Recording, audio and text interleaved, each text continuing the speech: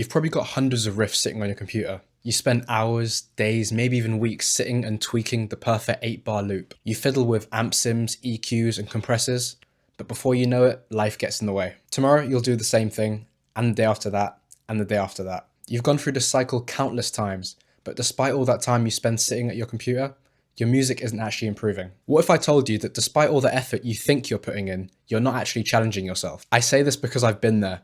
It's easy to get lost in the world of fancy plugins and perfecting guitar tones, but without a finished song, you're shooting in the dark. Think about it like baking a cake. Say you're making a layered sponge cake and you've got 2 layers of sponge and you've got jam in between. When you're putting all the ingredients together, you only ever try the jam and you never try the sponge. By the time the cake is ready, you taste the sponge and it's all gone wrong. It's way too sweet, the butter wasn't mixed properly. Now, excusing my cake analogy, the exact same thing happens when you're making music. When you've only ever tried to write cool riffs and you've never put them into a song, by the time you do, it exposes everything you've never had to work on before. Song structures, transitions, dynamics, melodies, and in the end it's a mess and you just go back to writing more riffs. But here's the thing, it's actually good that it's a mess. If you've never written a song before, your riffs might suck, your guitar tone might be off, your lyrics might be confusing, your drums might not groove, but now for the first time, you've got a complete product and you can see everything that you've neglected to practice for so long. And in a weird way, everything that you're currently obsessing over, your guitar tones, your riffs, they also get better because now you're seeing things in context and you can make decisions based on the full song.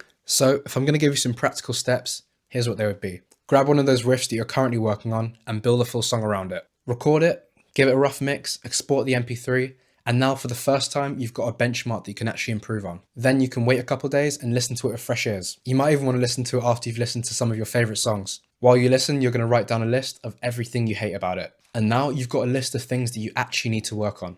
And look, there's also going to be plenty of things that you don't notice about it. And so for that, you might want a second set of ears. And if you want me to listen to your tracks and I can give you detailed feedback, click the first link in the description. And once you go through this process, you'll realize that your progress isn't actually limited on your guitar tone or how impressive your playing is. It's limited by how much you're actually learning from the songs you finished. And realizing this will give you the fuel to keep writing more. If I've convinced you to finally finish a song, you can click on this video next. It's a step-by-step guide on how to actually finish your next metal song. But for now, that's all I've got for you. See you later.